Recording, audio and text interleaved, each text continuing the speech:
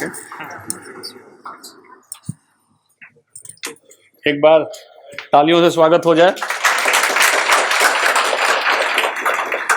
अनुपम second rank है, detail से तो खुद अनुपम बता देंगे।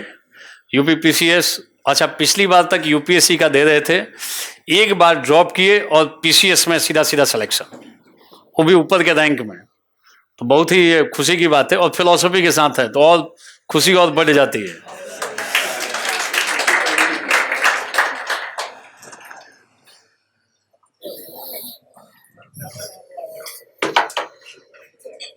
Good morning to all of you. तो सबसे पहले मैं अपना इंट्रोडक्शन देता हूँ। मेरा नाम अनुपम मिश्रा है। तो अभी अभी जो यूपी पीसीएस 2017 का रिजल्ट आया है उसमें मुझे रैंक 2 मिली है।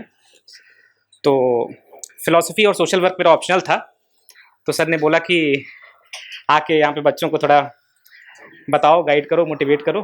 तो मैं थैंक यू। तो सबसे पहले तो यूपी के रहने वाले या यूपी पीसीएस देने वाले कौन कौन से लोग हैं यहाँ, एक बार हाथ उठाएंगे? काफ़ी पॉपुलेशन है ना। तो और बाकी लोग और कोई पीसीएस दे रहे हैं? Bihar PCS, Rajasthan PCS.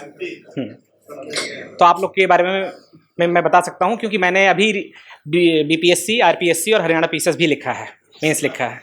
ठीक है, तो अगर किसी को किसी स्टेट पीसीएस के बारे में कोई भी जानकारी लेनी हो तो हम उसके बारे में बात कर सकते हैं। ठीक है,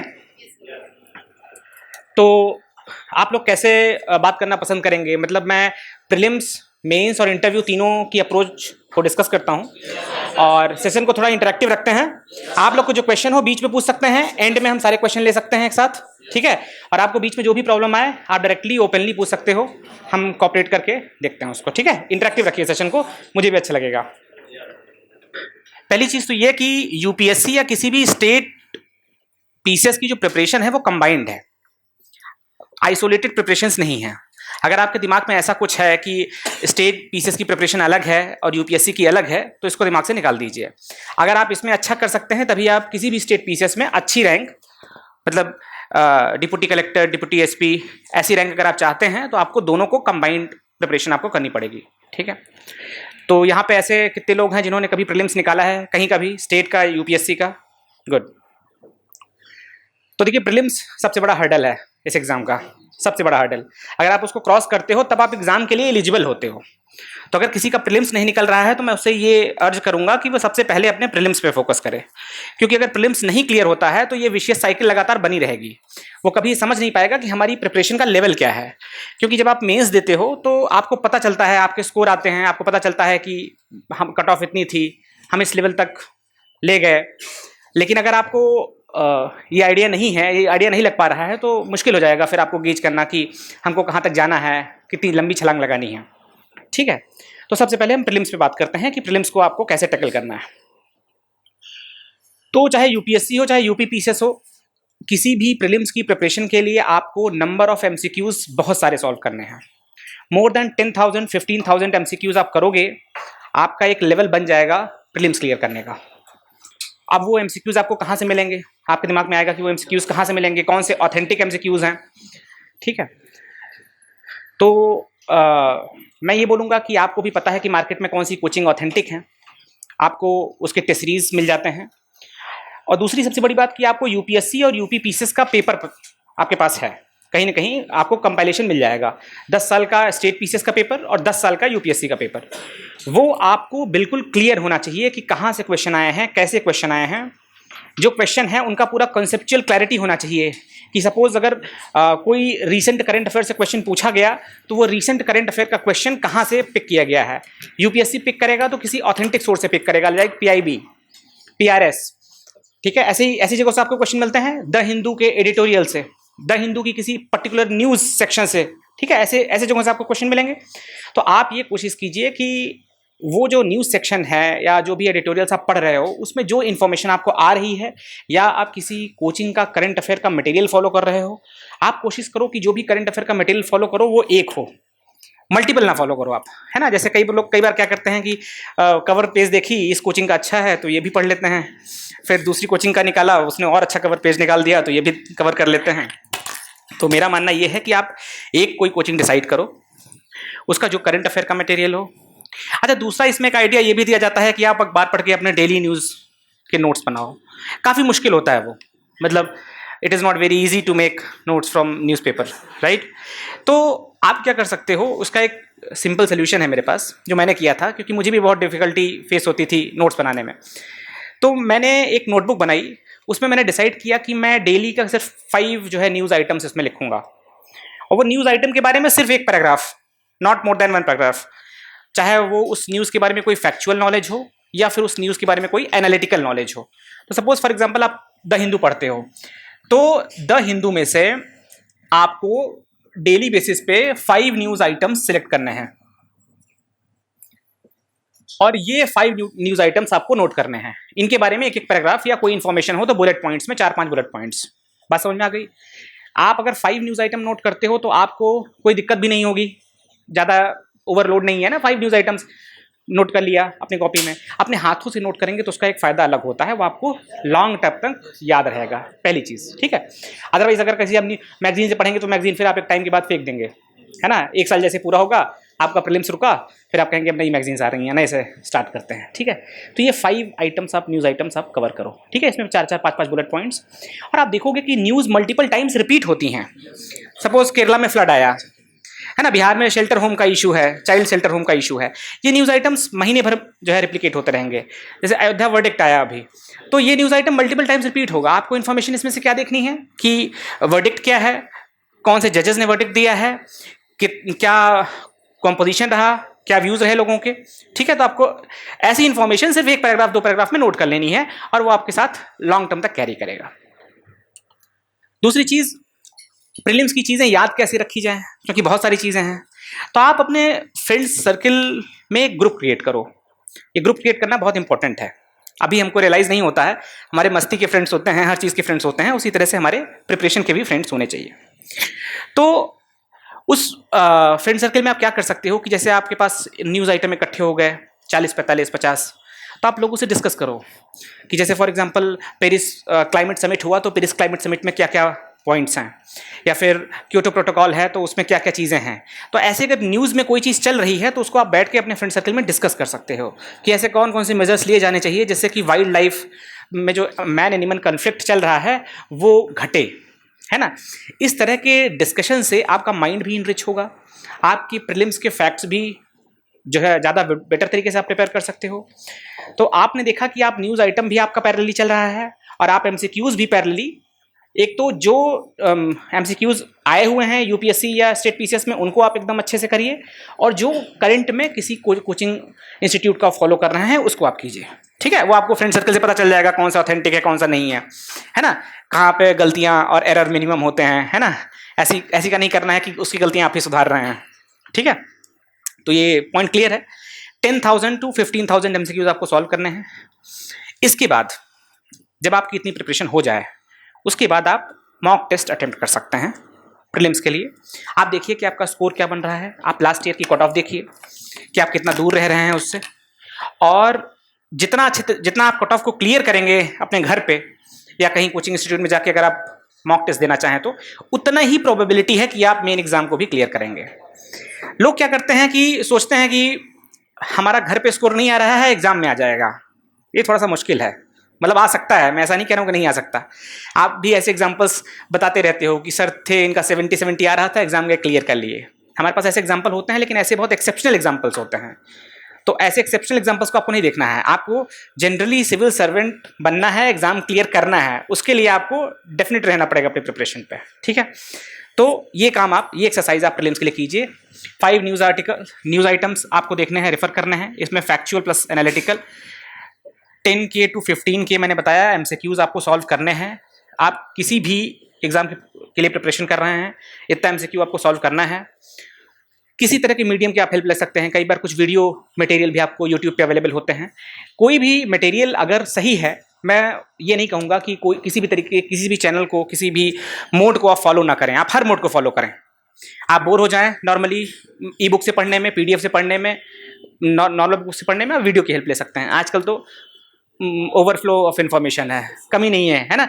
आप क्लासेस घर पे भी देख सकते हैं, आप बाहर भी देख सकते हैं। तो किसी चीज़ से आप दूर ना भागें। कोई आपसे कहता है कि आप तो फिलॉसफी पढ़ते हैं, बुद्धिज़्म, है ना। मिडिल पाथ आपने पढ़ा होगा, सर ने पढ़ाया होगा। तो मिडिल पाथ रही है, आप किसी चीज़ को क्यों डिनाई कर रहे हैं कि ये चीज़ अच्छी नहीं है। अरे अगर उसमें से कुछ अच्छी है तो आपको मिल जाएगी, कुछ अच्छी नहीं है तो आप छोड़ दीजिएगा उसको, ठीक है।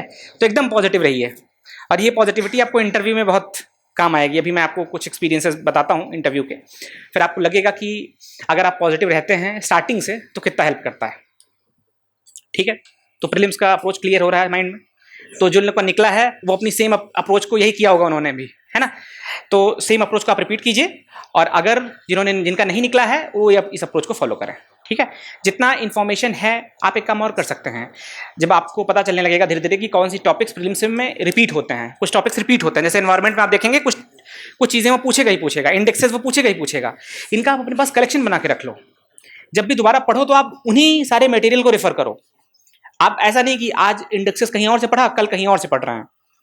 एक बार आपने अपने पास जहां से भी सोर्स मटेरियल बना लिया, फिर आपकी मेमोरी पिक्टोरियल होती है। मेमोरी भी हमारी, आप साइकोलॉजी जिसका ऑप्शन होगा उसने पढ़ा होगा, मेमोरी भी हमारी बहुत अलग तरीके से काम करती है। उसको भी आप ट्रेन कीजिए कि उसको ज़्यादा एफर्ट ना मारना पड़े, ठीक है। लिमिटेड एफर्ट में हमारा काम हो जाए, ठीक है। ये क्लियर है। तो ये प्रीलिम्स में अप्रोच आप रखिए और आपका डेफिनेटली हो जाएगा, ठीक है। अब हम डिस्कस करते हैं मेंस के ऊपर। तो मेंस में आते हैं सबसे पहले एस्से। एस्से लिखने का भी तरीका सब जगह सेम है। आपको ये बोला जाए कि स्टेट पीसेस में एसेज इजी आते हैं, या स्टेट पीसेस में एसेज में आपको इनोवेट कम करना है, ऐसा कुछ नहीं है। आपको इनोवेशन का लेवल वही रखना है, सेम इनोवेशन का लेवल आपको रखना है। जैसे कॉपियाँ यहाँ भी उसी तरीके से चेक होती हैं। रिजल्ट आने के बाद मुझे पता चला कि हाँ, कॉपियाँ सच में उसी तरीके से चेक की जाती हैं। तो एसेज में कई सारे तरीके होते हैं ऐसे स्टार्ट करने के। एनेक्डोट से आप इससे स्टार्ट कर सकते हो, कई बार आप कोटेशन से स्टार्ट कर सकते हो, कई बार आजकल स्टोरीज से स्टार्ट किए जाते हैं। आप लोग में मास्टरी हो गई होगी अब लोगों को स्टोरीज से। हर चीज़ आप डेली न्यूज़पेपर में जो स्टोरी पढ़ते हो, सपोज फॉर एग्जांपल कोई ऐसे चाइल्ड के ऊपर आ गया, तो आपको पता है कि बिहार में शेल्टर होम में चाइल्ड के साथ प्रॉब्लम हो रही है, तो आप ये स्टोरी देके आप स्टार्ट कर सकते हो। बिहार में अभी एक चमकी फीवर आया था, आपने सुना होगा, बहुत सारे बच्चों की जान चली गई है ना, आपने पढ़ा होगा। तो अगर हेल्थ पे कोई ऐसे आता है, हेल्थ फॉर ऑल, तो आप ऐसा पैराडॉक्स क्रिएट कर सकते हैं ऐसे के इंट्रोडक्शन में कि इस तरह की प्रॉब्लम है जब हम बात कर रहे हैं हेल्थ फॉर ऑल की, है ना। तो आप पैराडॉक्स देके भी एसेस को स्टार्ट कर सकते हो। तो इस तरह की जो आप न्यूज़पेपर में डेली बेसिस पे स्टोरीज पढ़ते हो, वो आप एग्जाम्पल के तौर पे कोट कर सकते हो। जैसे मेरी तो स्टाइल ये थी कि जैसे 2 एस्से या 3 एस्से लिखने को आते हैं, यूपीएससी में 2 आता है, यूपीपीसीएस में 3 आता है।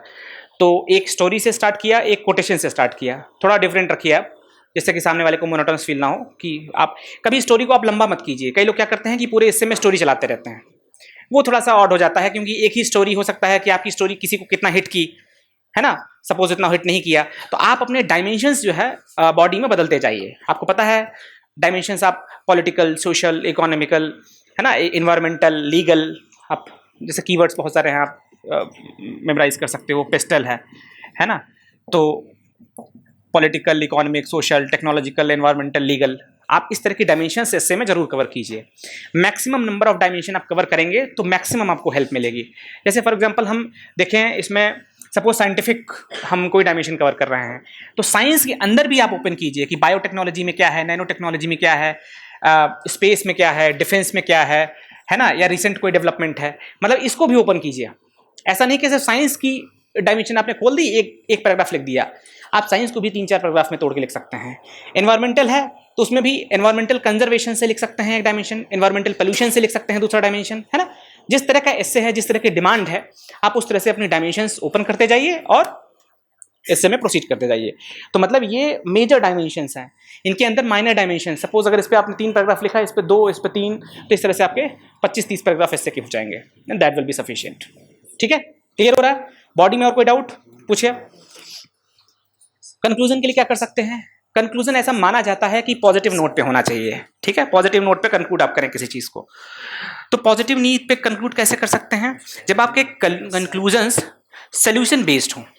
सोल्यूशन बेस्ड का मतलब जो इससे में प्रॉब्लम दिखाई गई है, उस प्रॉब्लम का आपके पास सोल्यूशन है कि नहीं है। एज एन एडमिनिस्ट्रेटर ये आपसे एक्सपेक्ट किया जाता है कि आपके पास कुछ सोल्यूशंस हों। तो सोल्यूशंस किसी भी फॉर्मेट में हो सकते हैं। गवर्नमेंट किसी तरह की स्कीम के साथ आई हो, मिशन के साथ आई हो, या कोई प्रोग्राम चल रहा हो, या फिर आपके दिमाग में कोई सोल्यूशन है जो ग्रास रूट लेवल पे इम्प्लीमेंट किया जा सके, ग्राम प्रधान और जो गवर्नमेंट फंक्शनरीज हैं उनको इन्वॉल्व करके कोई चीज़ किया जा सके, गवर्नमेंट इंस्टीट्यूशंस को इन्वॉल्व करके किया जा सके, कई और स्टेक होल्डर्स को इन्वॉल्व करके किया जा सके, कई तरह के सोल्यूशंस पॉसिबल हैं, है ना। तो इन सारे चीज़ों को आप कंक्लूजन में रख सकते हो। कंक्लूजन का मतलब ये नहीं है कि आप उसको एक पैराग्राफ में लिखें, आप उसको 3-4 पैराग्राफ में तोड़ सकते हैं।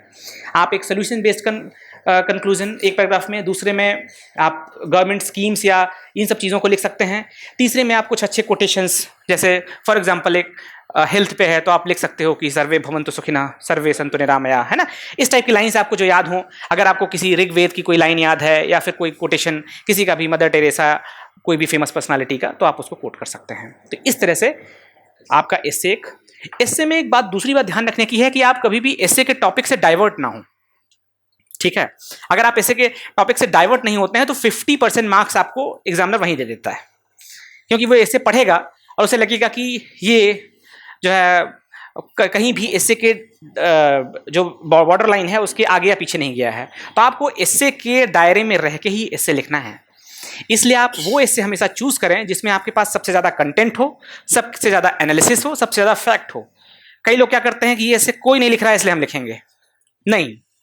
आप हो सकता है कि आप जो है बाहर चले जाएं। एस्से ऐसा होना चाहिए, अच्छा एस्से इस तरह का होना चाहिए जो अपने आप में ब्रॉड हो। अब सपोज आर्टिफिशियल इंटेलिजेंस पे एस्से आया, तो उससे अगर एक साइंस और इकोनॉमिक डेवलपमेंट पे एस्से आया, तो मैं साइंस एंड इकोनॉमिक डेवलपमेंट को प्रेफर करूंगा आर्टिफिशियल इंटेलिजेंस की जगह। आप आर्टिफिशियल इंटेलिजेंस को भी मल्टीपल डायमेंशन में तोड़ सकते हैं, लेकिन उसका इम्पैक्ट हो सकता है उतना, ये मैं आपको प्रैक्टिकल बता रहा हूँ, है ना। आप करने को कुछ भी चूज करें, आप आर्टिफिशियल इंटेलिजेंस लेके हाईएस्ट स्कोर ला सकते हैं, लेकिन आप अपने लेवल पे वो चूज करें जिसमें आप डायमेंशंस ज़्यादा दे सकें, क्लैरिटी ज़्यादा ला सकें। क्लियर है ये बात? तो इससे में ये सारी बातें रखनी है। और कोई पॉइंट हो अगर आपके दिमाग में आ रहा हो तो आप बताइए मुझे। इससे में कोई डाउट? कोई डाउट नहीं? डाउट होना चाहिए वैसे, है ना। तो ठीक है, इससे का क्लियर है। फिर आती है जीएस पेपर्स की। अब तो यूपी पीसीएस में सेम पैटर्न है जीएस में जो आईएएस में है। तो आप क्या कर सकते हो कि जो जीएस के चारों पेपर हैं 1, 2, 3, 4, उनका सिलेबस, सबसे पहले तो जो आप सिलेबस को आप एनालाइज कीजिए प्रॉपरली। हर सिलेबस के हर पॉइंट पे आपके पास कुछ कीवर्ड्स होने चाहिए। जैसे मैं एक एग्जांपल लेता हूँ, GS2 का एक टॉपिक है रिप्रेजेंटेशन ऑफ पीपल एक्ट 1951, है, पढ़ा है आपने? हो सकता है कि आपके पास उससे रिलेटेड पॉइंट्स ना रेडी हों, तो आपको लिखने में प्रॉब्लम आएगी। आपको पता होना चाहिए कि कौन कौन से ऐसे सेक्शंस हैं जो पिछले 2-3 साल में रिप्रेजेंटेशन ऑफ पीपल एक्ट के न्यूज़ में थे, क्योंकि आपने अभी देखा कि लोकसभा इलेक्शंस हुए तो बहुत सारे पॉइंट न्यूज़ में आए थे। सेक्शन 1, 2, 3 न्यूज़ में आया, 1, 2, 6 न्यूज़ में आया। तो आप का एक ऐसा नोटबुक होना चाहिए जिसमें आप ये बना के रखें कि इस टॉपिक के कौन कौन से सब टॉपिक्स न्यूज़ में थे और क्यों थे। तो जब आप एग्जाम्पल देंगे कहीं पे तो आप एक साथ 3-4 सेक्शन कोट कर सकते हो। आप इंटरव्यू में ये सेक्शन बोलोगे, बहुत इंप्रेसिव लगेगा। आप बिना फैक्ट और बिना सब्सटेंस की बात करोगे तो वो बात नहीं रहेगी, लेकिन अगर आप सेक्शंस के साथ बात करोगे तो आपकी बिल्कुल क्लैरिटी रहेगी। ठीक है, तो जितने भी टॉपिक GS1 से GS4 तक दिए गए हैं, ब्रॉड टॉपिक को हटा दीजिए, जैसे वर्ल्ड हिस्ट्री लिखा है तो वो अलग बात हो गई। जितने भी टॉपिक्स दिए हुए हैं और जिनका लिमिटेड, जैसे सेल्फ हेल्प ग्रुप दिया हुआ है, तो सेल्फ हेल्प ग्रुप क्या आपको पता होना चाहिए कि क्या है, सोसाइटी में कैसे सेल्फ हेल्प ग्रुप इम्पैक्ट कर रहा है, कैसे फॉर्मेशन होता है, कौन कौन से चैलेंजेस आ रहे हैं SHGs में, ठीक है, गवर्नमेंट के कौन कौन से लॉज हैं, ठीक है, SHG को लेके, NGOs को लेके, ये सब टॉपिक आपके सब टॉपिक्स दिए हुए हैं। इन पे तो प्रिपरेशन आपकी ऐसी होनी चाहिए कि आप ज़्यादा स्कोर कर सकें दूसरों से। ठीक है, इसके बाद बात आती है उन टॉपिक्स की जो आप हमेशा GS में पढ़ते हैं, modern history, world history, geography, physical, उसमें है ना वर्ल्ड ज्योग्राफी। तो इनको तो आप रेगुलर बेसिस पे आप क्लासेस ले रहे होंगे कहीं पे, या फिर आप सेल्फ स्टडी कर रहे होंगे। तो जहाँ से भी आपका नोट्स है, जो भी आपका पूरा नॉलेज है, वो तो डिपेंड करेगा कि आपने कितने अच्छे तरीके से प्रिपेयर किया है ना, कितने अच्छे तरीके से चीज़ों को लाया। लेकिन मैं कुछ आपको ऐसी बातें बता रहा हूँ कि जो आपको GS में स्कोर फेच करने में ईजी होंगी। जैसे मैंने UPSC का एक अटेम्प्ट दिया था, उसमें मेरे 400 थे, तो अगला अटेम्प्ट दिया तो 430 आया स्कोर। फिर अब आगे दूंगा तो कुछ और होगा। मेरे कहने का मतलब, मैंने क्या किया कि जितना आपका क्लैरिटी बढ़ेगा GS पे, उतना आपका स्कोर बढ़ेगा। जितना आप कम शब्दों में अपनी बात कह पाओगे, उतना स्कोर बढ़ेगा। जैसे पहले क्या होता था कि आपको कोई बात आ रही है तो आप उसको लिख रहे हो पैराग्राफ में, है ना। तो आप हो सकता है कि आप लिखते जाओ और आप 2.5 पेज लिख दो, लेकिन आप बात कहो सिर्फ आधे पेज वाली या 1 पेज वाली। तो आप उन चीज़ों को फिगर बना के, डायग्राम बना के फ्लो चार्ट्स बना के आप कर सकते हो। आजकल तो इनोवेशंस आपको मार्केट में बहुत देखने को मिल जाएंगे। आप उठाइए डायग्राम्स, आप देखिए हर चीज़ में, ऑनलाइन भी आपको मैटर अवेलेबल है, हर चीज़ के डायग्राम्स हैं। लेकिन मैटर अवेलेबल होना अलग बात है, मैटर को यूज़ कर पाना अलग बात है। आप उनको अपनी कॉपी में नोट कीजिए। जिन चीज़ों को आपको यूज़ करना है एग्जाम में ना, वो ऐसा नहीं है कि कहीं पर दिया हुआ है तो एग्जाम में यूज़ हो जाएगा, आपने एक बार पढ़ा है तो। एक बार पढ़ने से यूज़ नहीं होता है। जब आप एग्जाम में लिखते हो उस समय 3 घंटे में 20 क्वेश्चन लिखने हैं आपको, आप बहुत मतलब दिमाग उसमें काम नहीं करता है ना, तो उस स्टेज में आप पेपर लिखते हो। वैसे में जिस चीज़ पे आपकी प्रैक्टिस होगी, होल्ड होगा, वही चीज़ें निकल पाएंगी। तो जो भी डायग्राम आपको इंक्लूड करना है आपकी नोटबुक में वो रेडी होना चाहिए। अगर ज्योग्राफी है, ज्योग्राफी में आपको डायग्राम्स बनाने हैं तो आपके पास कलेक्शन होना चाहिए 100-150 डायग्राम का, कि अगर हमको interior of the earth draw करना हुआ तो इंटीरियर ऑफ द अर्थ में हमको कोर, मेंटल क्रस्ट ये ड्रॉ करना है, इसमें दिखाना है क्या डिस्टेंस है, कहाँ पे डेंसिटी चेंज हो रही है, कहाँ पे मोहो डिस्कंटिन्यूटी है, कहाँ पे क्या है ना, गुटेनबर्ग है। तो ये जो भी डायग्राम है ना आपके एनसीईआरटीज में बने हुए हैं, बेसिक बुक्स में बने हुए हैं, उनको आप कंपाइल कीजिए एक जगह पे अपनी नोटबुक में, कि अगर इस तरह का क्वेश्चन आएगा तो हम ये डायग्राम बनाएंगे, इस तरह का क्वेश्चन आएगा तो ये डायग्राम बनाएंगे। आप समझ रहे हैं प्रिपरेशन का मतलब? तो मेरे ये क्लियर हुआ कि जितना आप इनोवेशन करेंगे उतना ज़्यादा मार्क्स है एग्जाम में। कम इनोवेशन, मार्क्स कम हो जाएंगे, आपके लिखने से बहुत ज़्यादा एक्सप्रेस करने से नंबर नहीं मिलेगा। ठीक है, तो जीएस में इस बात का बेहद ध्यान रखिए। टॉपिक्स के नोट्स बनाइए, प्लस इनोवेशन पे पूरा फोकस रखिए। तीसरी सबसे इंपॉर्टेंट बात है कि आपको क्वेश्चन में स्किप नहीं करना है। क्वेश्चन स्किप तभी करना है जब कोई क्वेश्चन आपको बिल्कुल ना आ रहा हो।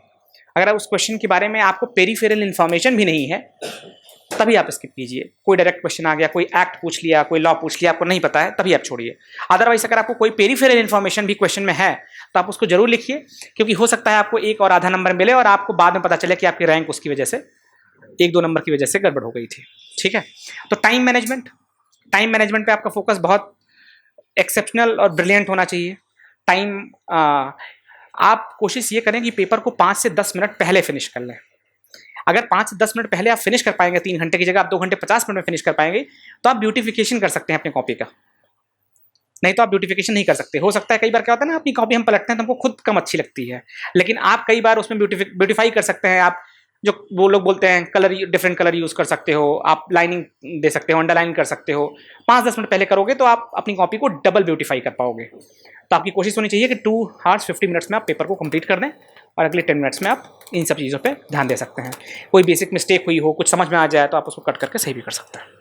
ठीक है, एथिक्स पे आते हैं। एथिक्स देखिए, कुछ पेपर ऐसे हैं ना जहाँ पे आपके पास नॉलेज नहीं है फिर भी आपका स्कोर आएगा, है ना, ये वो पेपर्स हैं। तो जब आपको ऐसी स्पेस मिले तो आप कोशिश ये करें कि आप सबसे अच्छा करें। आप लोग हिंदी मीडियम वाले हैं मैक्सिमम, तो आपको भी पता है कि एथिक्स में जो स्कोर इंग्लिश वाले स्कोर करते हैं, इंग्लिश वालों को टेक्निक पता है, उनको ज़्यादा, आजकल जो स्कोर देखता हूँ मैं तो इंग्लिश मीडियम वालों को ज़्यादा रहते हैं। लेकिन ऐसा नहीं है, आप भी जो है उतना अच्छा कर सकते हो या उससे बेटर कर सकते हो। कैसे? हम ये देखते हैं जनरली हमारे अंदर टेंडेंसी होती है कि जो चीज़ आसानी से की जा सकती है उस पर हम काम नहीं करते। मार्क्स उसके भी 250 हैं, GS1 के भी 250 हैं, लेकिन हम अगर आप निकालोगे परसेंटेज तो 250 मार्क्स के लिए आपने GS1 में एफर्ट मारा होगा 90% ऑफ टाइम और 10% एफर्ट दिया होगा आपने एथिक्स के लिए, और आप एक्सपेक्ट करेंगे कि दोनों में जो है बराबर नंबर आए। नहीं, आप अपने जीवन के बारे में, जैसे एथिक्स क्या है, एथिक्स में क्वेश्चन बहुत जनरल आते हैं, आपके लाइफ के एग्जाम्पल्स पूछता है वो, किसी ब्यूरोक्रेट के लाइफ के एग्जाम्पल्स आप कोट कर सकते हो। लेकिन ये सारी चीज़ें कब हो पाएंगी? जब आप सब चीज़ के लिए तैयार रहेंगे। एथिक्स में भी यही काम कीजिए आप। जितने कीवर्ड दिए हुए हैं, जैसे पब्लिक एडमिनिस्ट्रेशन के कीवर्ड हैं अकाउंटेबिलिटी, रिस्पॉन्सिबिलिटी, हर चीज़ पे आप लोग बोलते हैं कि अकाउंटेबिलिटी का आप सिर्फ डेफिनेशन, उसके टाइप्स ये तैयार करके मत रखिए, कुछ और तैयार करके रखिए। जो आपको अकाउंटेबिलिटी में आपके पास कुछ ऐसे ब्यूरोक्रेट्स के एग्जाम्पल होने चाहिए, अपने खुद के कुछ ऐसे एग्जाम्पल होने चाहिए जो आप लिखें तो सामने वाले को लगे कि हाँ लड़के में सब्सटेंस है ना। वो सब्सटेंस आपको सामने वाले को दिखाना है, तभी आप उस लिमिट को क्रॉस कर पाएंगे, जो बॉर्डर लाइन है उसको क्रॉस कर पाएंगे। तो ब्यूरोक्रेट के भी एग्जाम्पल लोग देते हैं, अशोक खेमका का एग्जाम्पल लिखते हो आप, TN सेशन सर, अभी जो है हमें TN सेशन सर के एग्जाम्पल दिए जाते हैं। आपके पास इस तरह के ब्यूरोक्रेट्स के एग्जाम्पल्स की एक लिस्ट होनी चाहिए 30-35, जिससे आप डिफरेंट डायमेंशंस में लोगों को कोट कर सकें। टाइमलीनेस और पंक्चुअलिटी की बात करते हैं तो आप ई श्रीधरन का एग्जाम्पल देते हैं, मेट्रो मैन ऑफ इंडिया, है ना। तो जैसे अगर आप टाइमलीनेस पे मेट्रो मैन ऑफ इंडिया का एग्जांपल आपने दिया, है ना, वाटर कंजर्वेशन की बात आई तो आपने राजेंद्र सिंह का एग्जांपल दिया, है ना। तो उसी तरह से एग्जांपल्स आपके ऐसे इतने सटीक होने चाहिए कि जब सामने वाला पढ़े तो उसके लगे कि हाँ सच में ये टाइमलीनेस वाला। आपने टाइमलीनेस का एग्जांपल दे दिया अशोक खेमका में, तो वो सूट नहीं करेगा। आप समझ रहे बात को। तो आपकी रीडिंग जितनी डाइवर्स होगी, और रीडिंग डाइवर्स होने से ज़्यादा इंपॉर्टेंट है कि आपने नोट करके रखा हो हर कीवर्ड पे पहले से आप सोचेंगे, आपका माइंड चलेगा, फिर आप नोट करके रखे रहेंगे कि हाँ इस तरह की चीज़ें अगर आएंगी तो हम इनको कोट करेंगे, ये चीज़ आएगी तो इनको कोट करेंगे। और एथिक्स में तो पूरे पेपर में इतने डायग्राम बनाए जा सकते हैं, क्योंकि सारी चीज़ें ऑब्जेक्टिव हैं। जो चीज़ें आपसे पूछी जा रही हैं, जैसे जैसे आप एथिक्स पढ़ते जाओगे, ऑब्जेक्टिविटी आपकी बढ़ती जाएगी, सब्जेक्टिविटी से ऑब्जेक्टिविटी बढ़ती जाएगी। ये एग्जाम में जितना ऑब्जेक्टिविटी आप दिखा पाएंगे उतना बेटर है। एक फिलोसफर आप पढ़ते हैं किरकेगार्ड, ट्रुथ इज सब्जेक्टिव, पढ़ा है। हाँ, तो ट्रुथ तो सब्जेक्टिव होता है, लेकिन इस एग्जाम में आपको ऑब्जेक्टिवली ट्रुथ को लिखना है, ठीक है। तो जितना आप ऑब्जेक्टिव हो पाएंगे, मार्क्स आपके उतने बेटर हो पाएंगे, ठीक। तो ये तो जीएस में आपको इस तरह से देखना है। और आप सबका ऑप्शनल फिलॉसफी होगा। हाँ, तो देखिए फिलॉसफी ऑप्शन आपने लिया है तो पहले तो अपने आप को थैंक्स बोलिए। ये सिलेक्शन एग्जाम में होना ना होना वो तो अलग बात है, लेकिन आपकी लाइफ में जो जिन वैल्यूज़ को इसने जो इनरिच करेगी फिलॉसफी, वो कोई और ऑप्शन नहीं कर पाएगा। आपका किसी भी पॉइंट पे जो पर्सपेक्टिव रहेगा वो दूसरों से बिल्कुल अलग रहेगा। ये आपको पता नहीं चलेगा, ये धीरे धीरे बनेगा, आपका नज़रिया धीरे धीरे ब्रॉड होता चला जाएगा। अभी तो आप इस फेज़ में हैं, अभी आप क्लासेस करेंगे, थोड़ा और पढ़ेंगे, एग्जाम्स देंगे, ये जो भी साइकिल चलेगी ना, इस साइकिल के बाद आज से 3 से 4 साल बाद आप रियलाइज़ करेंगे कि इस ऑप्शनल ने आपको बहुत इनरिच किया। दूसरी चीज़, इस ऑप्शनल से अच्छा सिविल सर्विसेज में सिलेक्शन के लिए कोई ऑप्शनल नहीं है। बहुत सारे तरीके की भ्रांतियाँ फैलाई जाती हैं कि ऑप्शनल में स्कोर कम आ रहा है, इसमें डाउन हो गया, इसमें अप हो गया, अभी नीचे चल रहा है। एक्चुअली बात ये नहीं है। मैंने जो पर्सनली रियलाइज़ किया वो बात ये है कि हम कई बार कुछ चीज़ों में कम एफर्ट देते हैं, उसकी वजह से जो है फाइनल स्कोर कम रहता है। मेरे फिलॉसफी में कंसिस्टेंटली स्कोर बढ़े हैं यूपीएससी में। लास्ट टाइम मेरा 278 ऑल इंडिया 4th हाईएस्ट था, 5th हाईएस्ट था, ठीक है, ये स्कोर था। लेकिन इसमें मैंने बहुत गलतियां की। पेपर में मैंने 3 से 4 क्वेश्चन गलत लिखे हैं, तब ये स्कोर है। आप समझ रहे हैं कि अगर आप सही लिखेंगे पेपर को और अच्छा पेपर लिखेंगे तो 320 330 आप इजीली स्कोर कर सकते हैं। और यही हाईएस्ट स्कोर था हर ऑप्शन का, है ना। मैथमेटिक्स का भी 350 होता है, तो आप 340 335 टच कर सकते हैं फिलॉसफी में भी। लेकिन फिलॉसफी में भी प्रॉब्लम यह है कि लोग अपने से एफर्ट कम मारते हैं। सर ने जो बातें पढ़ाई, जो बातें बोली सर ने, उनके अलावा हम कम एफर्ट मारते हैं। उतना क्लियर हो गया, फिलॉसफी ऑफ रिलीजन में आपको जो बातें पढ़ाई जाती होंगी उनके आगे हम अपनी लिमिट को पुश नहीं करते, है ना। तो अपनी लिमिट को पुश करना है फिलॉसफी में। वो पुश कैसे किया जाएगा, आप यहाँ से जाएं तो मैं आपको ये रिकमेंड करूँगा, जैसा कि सर भी बताते होंगे, आप कोई एक सर के नोट्स जो हैं, क्लास के नोट्स, आप उनको सबसे पहले तो उनको पढ़ना है। जो आप क्लास में आपको पढ़ाया गया, आपका क्लियर हो गया वो एक बार में, फिर आप जाइए तो जो आपको नोट्स यहाँ से प्रोवाइड किए गए हैं बहुत हाई क्वालिटी के नोट्स हैं, वो आप बाद में रियलाइज़ करेंगे। आजकल आप पेपर में देख रहे होंगे कुछ नए नए कीवर्ड्स इंट्रोड्यूस किए जा रहे हैं फिलॉसफी ऑप्शन में, जो आपने सुने नहीं होते हैं। तो आप कोशिश कीजिए कि जो बुक्स हैं, आप हिंदी में जो बुक्स रेफर करते होंगे, इंग्लिश में तो जैसे CD शर्मा है, या फिर आप कुछ और बुक्स जो फिलॉसफी ऑफ रिलीजन की जॉन हिक की एक बुक है ना, वाई मसीह की बुक है वेस्टर्न के लिए, वाई मसीह की फिलॉसफी ऑफ रिलीजन के लिए बुक है, आप उनको थोड़ा सा देखें, उनके सिलेक्टिव टॉपिक्स को देखें, है ना। सिलेक्टिव टॉपिक्स को देखेंगे आप तो आपको आइडिया लगता रहेगा कि हम इस पर्टिकुलर टॉपिक में कैसे अच्छा आंसर लिख सकते हैं। जो यूपीएससी में या किसी स्टेट पीसीएस में क्वेश्चन पूछे गए हैं, उन्हीं टॉपिक को आप जाके वहाँ से रेफर कीजिए। अलग से आपको रेफर करने की जरूरत नहीं है, उन्हीं टॉपिक को आप जाइए रेफर कीजिए, आपको आइडिया लग जाएगा कि कैसे पिकअप करना है। तो फिलॉसफी में कंटेंट एनरिचमेंट बहुत इंपॉर्टेंट है। अगर आपको 300+ स्कोर करना है तो बिना कंटेंट एनरिचमेंट के आप 300 से ऊपर स्कोर नहीं कर सकते, ठीक है। तो ये बात आपको क्लियर होनी चाहिए कि आपने कोई गलत ऑप्शन नहीं चूज किया है, आपने एक सही ऑप्शन चूज किया है, बस उसमें एफर्ट मारने की जरूरत है एक लेवल से ऊपर। और जो लोग दूसरे ऑप्शन में इतना एफर्ट मार रहे हैं उन्हीं के स्कोर बढ़ रहे हैं। आप समझ रहे हैं बात को। ऐसा नहीं है कि उन लोगों के स्कोर बढ़ रहे हैं जो सिर्फ क्लास नोट्स पढ़ के या ऐसा करके। क्लास नोट्स आप पढ़ेंगे, आपके स्कोर 250 260 ऐसे रहेंगे, मतलब आप एवरेज से अब स्कोर कर लेंगे। लेकिन आपको अगर और अच्छी रैंक लानी है, ऊपर जाना है, तो आपका थोड़ा सा कंटेंट एनरिचमेंट होना चाहिए। उसको आप पर्सनल लेवल पे जितना ज़्यादा कर पाएँ वो बेटर है, ठीक है। फिलॉसफी में और कोई क्वेश्चन?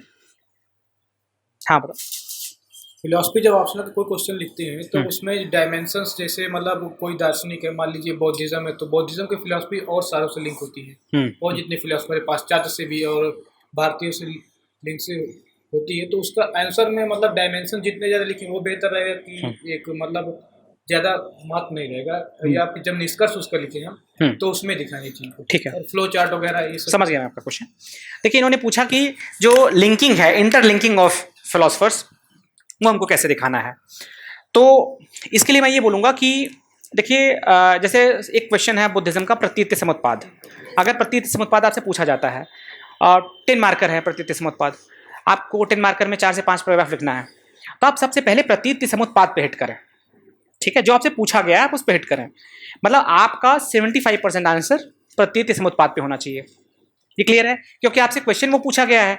फिर आप प्रतीत्य समुत्पाद, जो कि कॉजेशन थ्योरी है, then you can link it with सत्कार्यवाद, असत्कार्यवाद, असत्कार्यवाद। ठीक है, आप और कोई भी कॉजेशन थ्योरी आपके दिमाग में वेस्टर्न में है, आप उससे लिंक कर सकते हो। ये इंटरलिंकिंग आपकी सिर्फ एक पैराग्राफ में खत्म हो जानी चाहिए। अगर आपने 3 से 4 पैराग्राफ प्रतीत्य समुत्पाद के बारे में लिखा, दिस बीइंग दैट अराइजेज, द्वादश निदान, आपने दिखाया उसको पास्ट प्रेजेंट फ्यूचर का पूरा साइकिल, है ना, 3/4, फिर आप उसको जो है एक पैराग्राफ में लास्ट में इंटरलिंकिंग करके दिखा दीजिए। इससे पता चलेगा कि आपको प्रतीत्य समुत्पाद भी आता है, इंटरलिंकिंग भी आप बेहतर। अगर आप उसको क्रिटिसाइज करना चाहते हैं किसी फिलोसफर के थ्रू, आप पेपर 1 में लिखेंगे तो अपने से क्रिटिसिज्म नहीं देंगे, किसी के थ्रू क्रिटिसिज्म देंगे, तो वो भी एक पैराग्राफ में होना चाहिए। ठीक है, तो 75%, 70 to 75% आंसर आपका टॉपिक पे पूछा होना चाहिए, जो आपसे पूछा गया है। 25% आप इंटरलिंकिंग प्लस क्रिटिसिज्म। क्लियर है, ये अप्रोच एकदम क्लियर है। हमें भी बहुत डिलेमा हुआ था इस चीज़ में कि क्या रखना है, तो अब एकदम क्लियर है कि यही रखना है। 75-70% जो आंसर, जैसे क्वेश्चन दे के बात करो।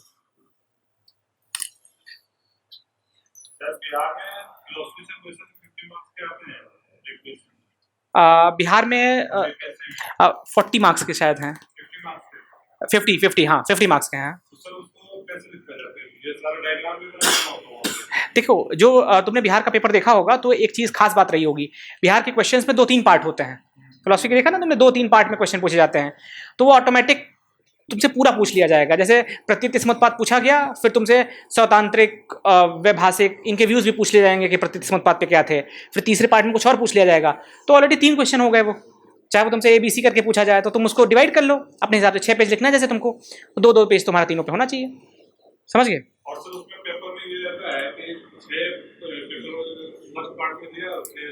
ठीक है,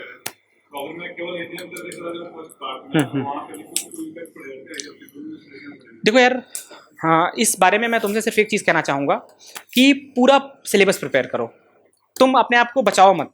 अगर टाइम की पॉसिटी है तो अलग बात है, अभी कोई पॉसिटी मुझे दिखती नहीं है ना, अभी तुम्हारे पास पूरा टाइम है, पूरा सिलेबस प्रिपेयर करो। क्योंकि क्या है कि तुम इंडियन पूरा भी प्रिपेयर करके चले गए तो इंडियन से कुछ ऐसे क्वेश्चन आ सकते हैं जो तुम्हें ना आ रहे हों, है ना। अभी इस बार भी जो पेपर में 1-2 क्वेश्चन आए थे इंडियन में, वो मुझे नहीं आ रहे थे, है ना, कहीं नहीं पढ़ा था मैंने। तो आप ये स्केपगोट नहीं होना चाहिए कि हम सिर्फ आधा सिलेबस करके जाएं। तो तुम्हारे पास टाइम है, यंग हो, एनर्जेटिक हो, पूरा पढ़ो, उसके बाद फिर देखना, फिर कुछ प्रॉब्लम होगी तो फिर देखेंगे, लेकिन अभी तुम्हारे पास टाइम है। सर, हाँ, इकोनॉमिक सर्वे और बजट का यूज़ कैसे करें, क्योंकि वो जो उनकी गवर्नमेंट वाली आती है वो काफ़ी बड़ी हो जाती है, तो पूरा पढ़ना बिल्कुल ये नहीं हो पाता। ना, बिल्कुल सही बात बोल रहे हो, गवर्नमेंट वाला पढ़ना मुश्किल होता है। लोग बाद में बताते हैं कि पढ़ लिया करो, लेकिन पहले क्या करो, पहले तुम समरी पढ़ो कहीं से। बहुत सारे कोचिंग इंस्टीट्यूट वाले इकोनॉमिक सर्वे और बजट का निकालते हैं, है ना। तो आप क्या करो कि जैसे किसी का भी विजन IAS का है सपोज, तो आपने ले लिया समरी, और उसमें हर चैप्टर के बारे में 2-2 पेज दिया रहता है। ठीक है, जैसे इस बार का भी आप खोलेंगे तो आपको हर चैप्टर पे 2-2 पेज का समरी मिल जाएगा, उनको आप पढ़िए। और जो हेडिंग है आप डायरेक्टली उनको यूज़ कर सकते हो। जैसे लास्ट टाइम GST का एनालिसिस निकला हुआ था कि GST का एनालिसिस क्या है ना। इस बार भी बहुत सारे नए टॉपिक दिए हुए हैं, है ना। तो आप उनको देखो और उनके बारे में बस आपको 2-3 लाइन पता होना चाहिए कि इकॉनमी किस डायरेक्शन में जा रही है। जैसे फॉर एग्जांपल पहला ही इकोनॉमिक सर्वे में इस बार चैप्टर है इन्वेस्टमेंट के ऊपर, कि इंडिया का ग्रोथ तभी हो सकता है, 5 ट्रिलियन इकॉनमी इंडिया तभी बन सकता है जब प्राइवेट इन्वेस्टमेंट को बूस्ट किया जाए। पढ़ा आपने चैप्टर ये? तो आपको ये पता होना चाहिए कि इन्वेस्टमेंट को क्यों बूस्ट किया जाना चाहिए, सेविंग्स को क्यों बूस्ट नहीं किया जाना चाहिए।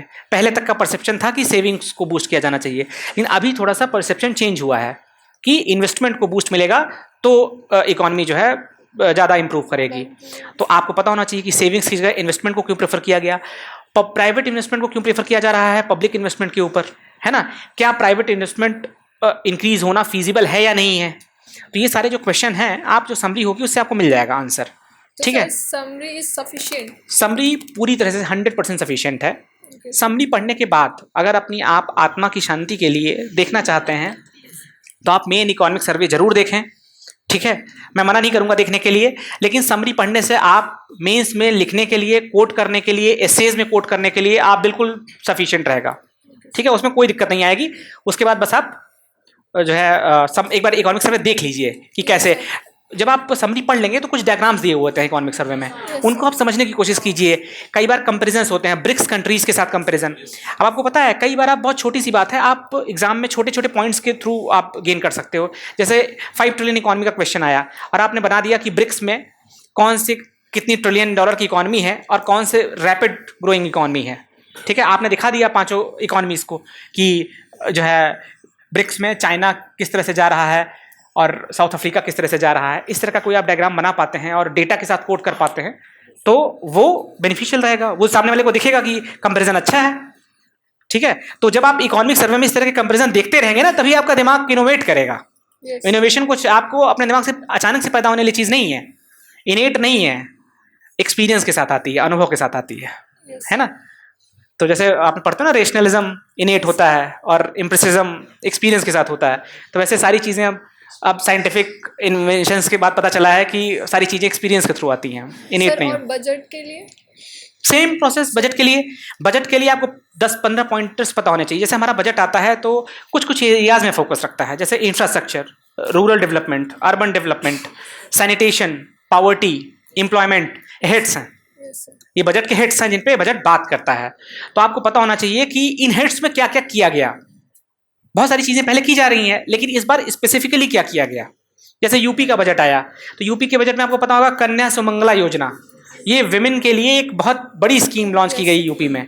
तो आप यूपी का आंसर लिख रहे हैं तो आप कन्या सुमंगला योजना को जरूर कोट कीजिए। ठीक है, और आपको 10 जगह मौका मिलेगा ये कोट करने का। ठीक है, तो आप अपने उंगलियों फिंगर टिप्स पे आप ये रखिए कि कौन कौन सी चीज़ें आई हैं, कौन कौन सी चीज़ें आप कोट कर सकते हो।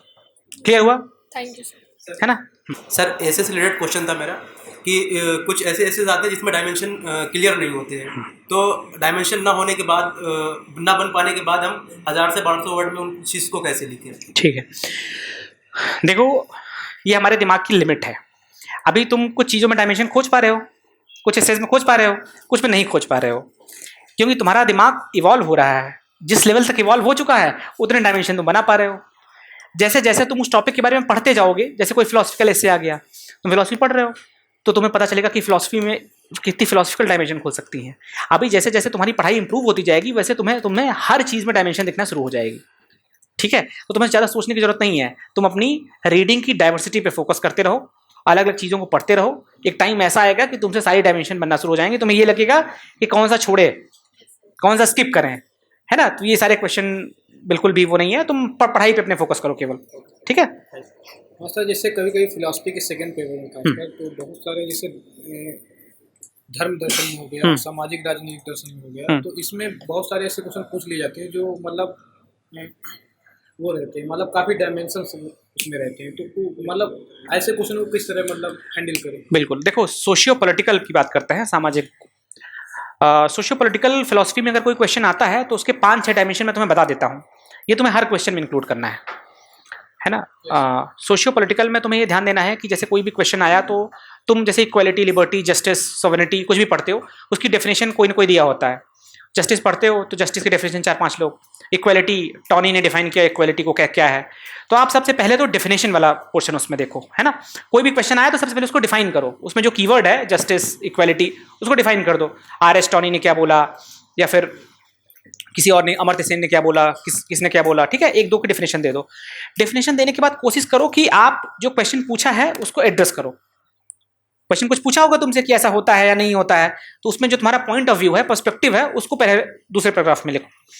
पॉइंट ऑफ व्यू अपना देने के बाद जो क्वेश्चन पूछा उसके लिए आर्गुमेंट, उसके फेवर में आर्गुमेंट, उसके अगेंस्ट आर्गुमेंट, ये दोनों तुम लिखो। हर क्वेश्चन का फिलॉसफी में 90% क्वेश्चंस में तुम्हें फेवर में और अगेंस्ट में दोनों आर्गुमेंट देने पड़ेंगे। फिर उसके बाद उस चीज़ को सब्सटेंशिएट करने के लिए, पूरा करने के लिए तुम एग्जाम्पल्स के स्टडीज़ कौन से कोट कर सकते हो। जैसे फिलॉसफी में जेनोसाइड तुम्हारा एक चैप्टर है ना, जेनोसाइड। तो जेनोसाइड का क्वेश्चन आया तो हम लोग क्या करते हैं, हम लोग बहुत वो जेनोसाइड की डेफिनेशन लिख के छोड़ देंगे और उसके कुछ टाइप वाइप लिख के। नहीं, तुम जेनोसाइड बताओ कि साउथ सुदान में जेनोसाइड कहाँ पे हुआ है ना, किसी अफ्रीकन कंट्री में जेनोसाइड हुआ तो क्यों हुआ, क्या रीज़न था, समझ रहे हो। मतलब एग्जाम्पल्स कोट करो इंटरनेशनल लेवल के। अभी रिसेंट कुछ हुआ हो, अरब स्प्रिंग के दौरान कुछ हुआ तो, है ना, मतलब आप वर्ल्ड हिस्ट्री से रिलेटेड एग्जाम्पल भी कोट कर सकते हो। तो जेनोसाइड पे जब आप एग्जाम्पल कोट कर रहे हो तो वो पूरे वर्ल्ड में कहीं भी कुछ हुआ हो, जेनोसाइड टाइप की एक्टिविटी हुई हो, आप कोट करो उसको, ठीक है। फिर कॉन्स्टिट्यूशन जरूर कोट करो। जैसे इक्वलिटी पे आया तो आपको जरूर बताना है कि हमारे यहाँ इक्वलिटी किस तरह की है ना, इक्वल प्रोटेक्शन ऑफ लॉ या फिर जो है इक्वलिटी बिफोर लॉ। तो आप ये डायमेंशंस उसमें दिखाओ। कॉन्स्टिट्यूशन का हर, आप देखो ना जितने भी चैप्टर आपके हैं सब में कॉन्स्टिट्यूशन का कुछ ना कुछ है। Equality, liberty, justice, sovereignty, individual and state. Individual and state पे तो पूरा बना ही हुआ है कॉन्स्टिट्यूशन, है ना, डेमोक्रेसी, यही सारे चैप्टर्स हैं। तो आपको कॉन्स्टिट्यूशन से रिलेट जरूर करना है, एग्जाम्पल से रिलेट जरूर करना है, ठीक। तो सोशियो पॉलिटिकल में ये ध्यान देने की जरूरत है। ये 5-6 चीजें ध्यान रखोगे तो ऑटोमेटिकली कुछ पैराग्राफ निकल आएंगे तुम्हारे आंसर लिखते वक्त, ठीक है। एग्जाम्पल्स की कमी नहीं करना है सोशियो पॉलिटिकल में, तभी नंबर उठेगा, ठीक है ना। कॉन्स्टिट्यूशन से कॉम्प्रोमाइज नहीं करना है, हर क्वेश्चन में कॉन्स्टिट्यूशन लिख के आना है, ठीक है। चाहे 1 लाइन लिखो, 2 लाइन लिखो, लेकिन लिख के आना है कॉन्स्टिट्यूशन हर क्वेश्चन में, ठीक है। आर्गुमेंट फेवर में, अगेंस्ट में देना है तुम्हें, ठीक है, सोशियो पॉलिटिकल में। फिर सोशियो पॉलिटिकल में भी तुम, जैसे मैंने फिलॉसफी में यूपी पीसीएस के एग्जाम में हर क्वेश्चन में फ्लो चार्ट बनाया था, हर क्वेश्चन में। ये थोड़ा सा जब तुम एग्जाम देने लगोगे तो हैबिट आ जाएगी तुम्हारी। जो क्वेश्चन पूछा उसको तुम पूरे एक फ्लो चार्ट में उसका पूरा आंसर लिख सकते हो, ठीक है। अच्छा, कोशिश ये करो, यहाँ पे अभी सोशियो पॉलिटिकल कौन पढ़ा रहा है? सर पढ़ा रहा है, सर ही पढ़ा रहा है। तो सर तुम्हें जो नोट्स देते होंगे, जो सारी चीज़ें देते होंगे आपको, जो जैसे क्रिटिसिज्म है, क्रिटिसिज्म किसी का लिखवाया गया, जैसे प्लेटो की जस्टिस की थ्योरी का क्रिटिसिज्म कार्ल प्रॉपर ने दिया, तो कार्ल प्रॉपर ने अपनी बुक में दिया, बुक का नाम है, तो आप उन बुक्स के नाम जरूर कोट करो, कार्ल प्रॉपर को जरूर कोट करो। मतलब इससे लगेगा कि आपने ऑप्शनल पढ़ा है, क्योंकि जो आपकी ऑप्शनल की कॉपी चेक कर रहा है उसने सब कुछ पढ़ा है,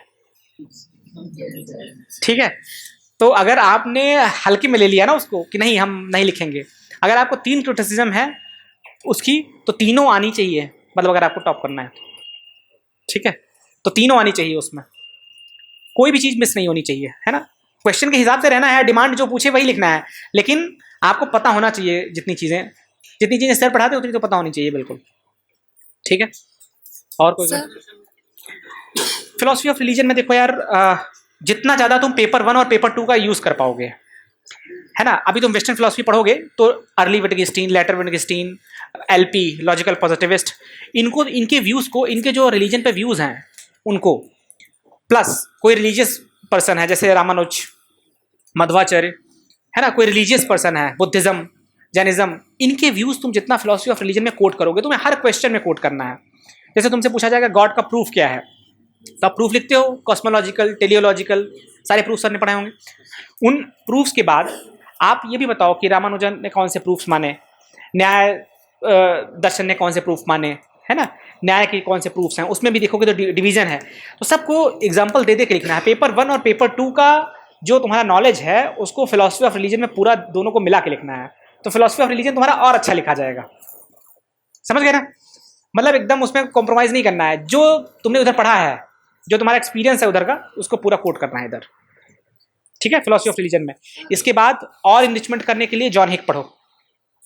जॉन हिक की बुक है, पतली किताब है जॉन हिक की, उसको जरूर पढ़ो अगर कर पा रहे हो। वाई मसीह के कुछ टॉपिक जरूर देखो, ठीक है, जो पूछे गए हैं, जो एग्जाम में पूछे गए हैं पहले, उनको केवल कि और अच्छा कैसे लिखे। जैसे प्रॉब्लम ऑफ एविल एक चैप्टर है, उसमें एक ही क्वेश्चन बनता है, रिलीजन विदाउट गॉड एक ही क्वेश्चन बनता है।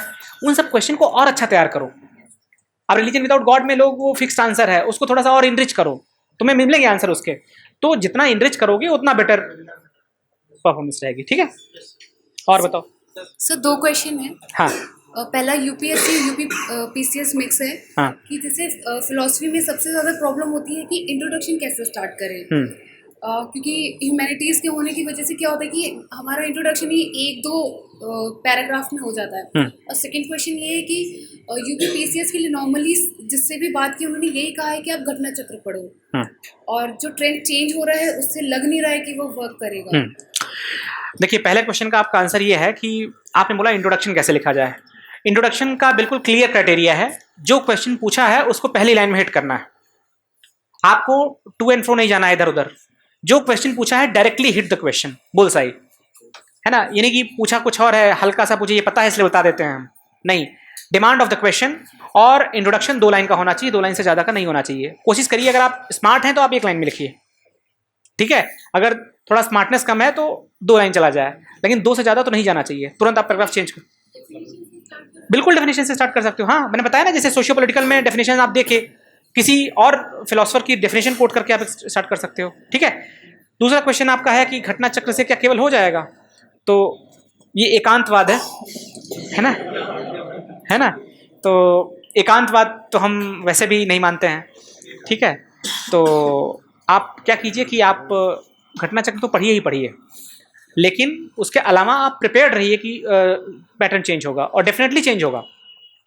और उसके लिए आपको कुछ अलग से नहीं करना है। आप जो यूपीएससी की प्रिपरेशन में कर रहे हो ना, वो तो आप ऑलरेडी पैटर्न चेंज के समुद्र में हो, हर साल चेंज करता है ना। तो आप बस उसी में रहिए, उसमें जो मजा है वो पैटर्न सेम होने में नहीं है ना। तो पैटर्न चेंज हो, आप अपने हिसाब से एमसीक्यूज यूपीएससी के लगाते रहो, लेकिन आप घटना चक्र वाले भी जो आते हैं उनको करिए, क्योंकि अगर कुछ रिपीट हो गया तो आप एज में हो जाओगे, ठीक है। तो घटना चक्र वाला प्रायोरिटी पे रखिए, 70%, 30% इधर का रखिए चेंज होने के लिए, ठीक। सर जैसे जीएस के पेपर क्वेश्चन लिखता हूँ सर मैं, तो उसमें सर मेरे को प्रॉब्लम आती है कि लिखते वक्त कंटेंट बहुत कम मिलता है। तो क्या सर मैं जैसे कोचिंग होती है वो अपने क्वेश्चनों का आंसर देते हैं, क्या उनसे देख के लिख सकता हूँ मैं सर?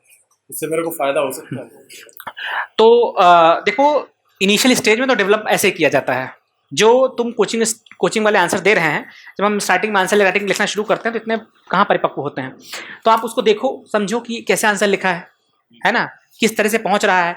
आप देखते जाओगे ना, 2 से 3 महीने में आपकी प्रैक्टिस हो जाएगी, आपको समझ में आने लगेगा कि अच्छा ऐसा आएगा तो ऐसा लिखेंगे, ठीक है। तो आप अभी अगर आप कोचिंग का देख रहे हो ना आंसर कैसे है, वो स्टेज है, तो बिल्कुल आप देखते जाओ, 2-3 महीने में आप खुद डिजाइन करना शुरू कर दोगे, ठीक है। और जैसे कुछ आंसर आपको अच्छे लगे हैं तो उनको आप कलेक्ट करके रखो भी, कट करके। अगर सॉफ्टवेयर पर काम कर रहे हो, ऑनलाइन देख रहे हो, तो ऑनलाइन पेज से कट करके अपने पास रख लो। ऑफलाइन वो आप आंसर रख लो अपने पास, ठीक है। जो आंसर आपको अभी अच्छे लग रहे हैं उनका एक फाइल बनाओ, क्योंकि दोबारा भी आप उनको पढ़ोगे तो आपका एनरिचमेंट होगा, ठीक है। फिर धीरे धीरे आपको पता लगने लगेगा, फिर आप उसको हटा के कुछ और तरीके अपनाओगे। जैसे सर अभी जो करंट के इशू आते हैं, हाँ। सर इसमें मैं खुद ही क्वेश्चन बनाता हूँ उसमें सर। तो सर उसके लिए भी सर मैं इधर से ही न्यूज वगैरह से ही क्वेश्चन उसमें पुट अप कर रहा हूँ। हाँ, तो देखो मुझे सर ऐसा लगता है कि शायद मैं ये क्वेश्चन लिख रहा हूँ सर देख के लिख रहा हूँ, इतना कॉन्फिडेंस नहीं आ पाता। अच्छा, नहीं तो देखो, कॉन्फिडेंस तो धीरे धीरे पैदा होगा ना, अचानक से पैदा होने वाली चीज़ नहीं है, टाइम लगेगा थोड़ा सा। जब तुम धीरे धीरे लुकअप करते रहोगे आंसर, तो एक टाइम के बाद तुम्हें कॉन्फिडेंस आने लगेगा। अभी ये एक्सरसाइज चालू रखो, ठीक। और बताओ सर, जब ये सॉल्व कर रहे हैं जो हमारे क्वेश्चन गलत हो जाते हैं उनको लेकर के आप देखो, हाँ ये बहुत अच्छा क्वेश्चन पूछा कि एमसीक्यू अगर हम सॉल्व करते हैं, 100 क्वेश्चन का पेपर है और अगर उसमें से 25 गलत हो गए तो क्या करेंगे, है ना। तो जो गलत हो जाए उनके लिए एक अलग नोटबुक बनानी है, और जो गलतियां हो जाएं 25 क्वेश्चन में, 30 क्वेश्चन में, उनको उस नोटबुक में नोट करना है और उसको 2 से 3 बार रिवाइज करना है फ्यूचर में। फिर आपको वो चीज़ हमेशा क्लियर हो जाएगी। जो चीज़ें आपसे गलत हो रही हैं आप उनको स्किप मत कीजिए, एक नोटबुक बनाइए, एक आपके पास कलेक्शन होना चाहिए जिसमें आपकी 2000 से 3000 मिस्टेक्स लिखी हों, ठीक है। आप अपनी मिस्टेक्स को रिवाइज कीजिए, ठीक है। आप ये एक्सरसाइज करोगे, आपको लॉन्ग टर्म में आपका कभी कोई प्रीलिम्स रुकेगा नहीं, कभी भी किसी स्टेट का, यूपीएससी का कभी प्रीलिम्स नहीं रुकेगा, अगर आपने अपनी सारी मिस्टेक्स को कलेक्ट करके उसको रिवाइज किया है तो।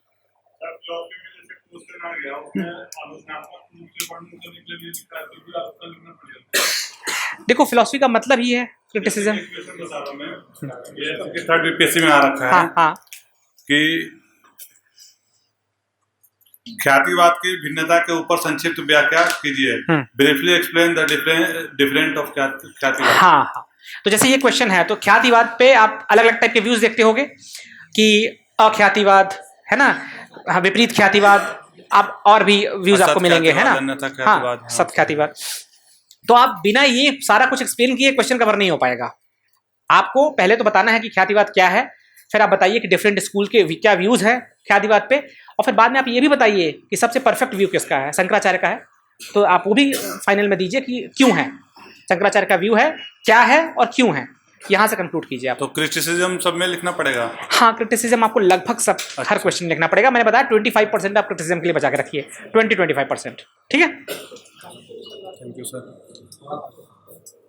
सिग्निफिकेंस आप लिख सकते हो, छोड़ भी सकते हो। सिग्निफिकेंस आप ऊपर ही आ जाएगा, ऑटोमेटिक आ जाएगा, आप ना चाहते हुए भी सिग्निफिकेंस बता दोगे ऊपर। हाँ, निष्कर्ष में आप एक आध लाइन में लिखना चाहो तो आप लिख सकते हो, ठीक है। और सर जैसे सर हम यहाँ से पढ़ के जाते हैं फिलोसफी, तो घर पे जाके लिखते हैं तो सिर्फ 50 से 60 वर्ड लिख पाता हूँ, बाकी का क्वेश्चन 200-250 वर्ड का होता है, तो सर फिर देख के देख सकते हैं या फिर खुद से सोचना पड़ेगा? मैं तो ये बोलूंगा कि अभी तुम लर्निंग स्टेज में हो, अभी तुम जितनी बार देखना चाहते हो उतनी बार देखो, धीरे धीरे तुम्हें सब पॉइंट फिंगर टिप पे आ जाएगा, तो देखने की जरूरत नहीं पड़ेगी, ठीक है। तो अभी जितनी बार देख सकते हो, अपने बगल वाले दोस्त, ये तुम्हें बहुत फ्यूचर में डिसाइडिंग होगा बहुत कि तुम किसके साथ बैठते थे, है ना, तो उससे फिलॉसफी डिस्कस किया करो खूब, है ना, उसका भी फिलोसफिकल बेंट ऑफ माइंड कर दो, तो डिस्कस करते करते जो है सारी चीज़ें तुम्हें याद हो जाएंगी, तो अभी देखो तुम, कोई दिक्कत नहीं है, ठीक है।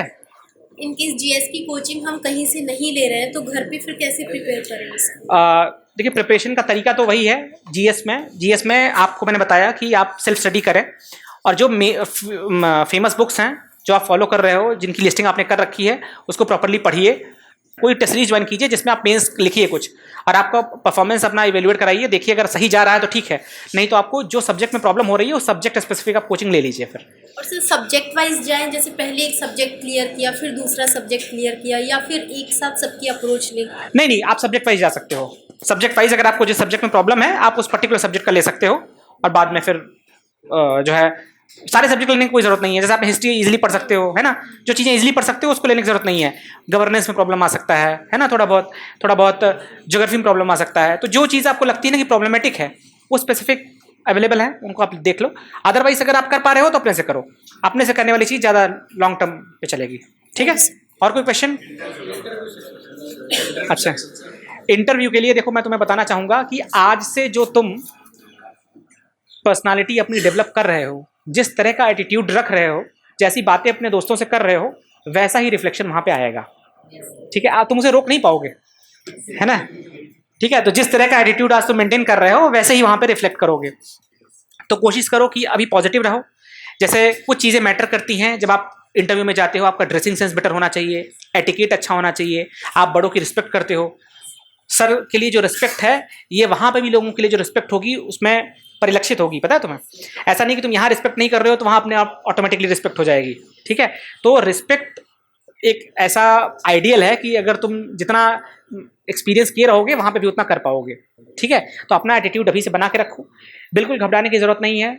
एकदम ऐसे जाओ जैसे तुम अपने मॉम डैड से घर पे कन्वर्सेशन करते हो, वैसे ही कन्वर्सेशन तुम्हें इंटरव्यू रूम में करनी है।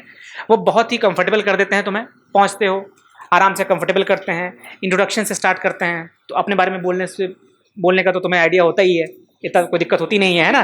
तो आराम से अपने बारे में बताओ, फिर धीरे धीरे क्वेश्चन पिकअप करते हैं वो, और बहुत ईजी क्वेश्चन पूछे जाते हैं, घबराओ मत, है ना। ऐसे क्वेश्चन सस्टेनेबल डेवलपमेंट क्या है, जैसे मैं जब इंटरव्यू के लिए पहुंचा तो मुझसे पहला क्वेश्चन उसने पूछा, मैं तो हंसते हुए घुसा बोर्ड में, तो मुझसे पहले पूछा कि प्रसन्नता क्या होती है, बड़े प्रसन्न दिख रहे हो, है ना, तो डिफाइन करो प्रसन्नता क्या है। तो मैंने तो शंकराचार्य की डेफिनेशन थी, हमने कहा व्यवहारिक जगत में प्रसन्नता का अर्थ सांसारिक वस्तुओं की प्राप्ति से लिया जाता है, लेकिन आध्यात्मिक वर्ड में प्रसन्नता का अर्थ सच्चित और आनंद से लिया जाता है, ब्लिसफुल स्टेट ऑफ सोल से लिया जाता है, सात्रे की ऑथेंटिक एग्जिस्टेंस से लिया जाता है, ठीक है। तो ये पर्सपेक्टिव तुम्हें मैंने बताया कि वो पर्सपेक्टिव तुम्हें मिल जाएगा। तो मैंने पहली ही लाइन बोली है, वहीं से इंटरव्यू पॉजिटिव हो गया, है ना।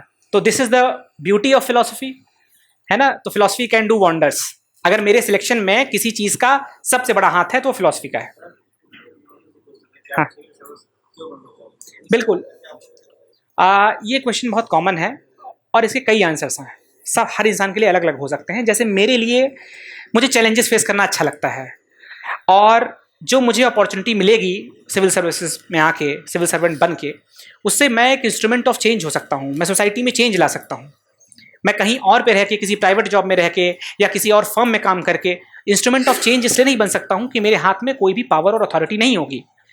ये एक ऐसी जॉब है जो हमें जॉब सिक्योरिटी देती है, ठीक है। जॉब सिक्योरिटी के साथ आपको वो पावर्स मिलती हैं जिनसे आपकी सोसाइटी में चेंज ला सकते हो, सोसाइटी के हर स्ट्रेटा को आप कवर कर सकते हो, ठीक है।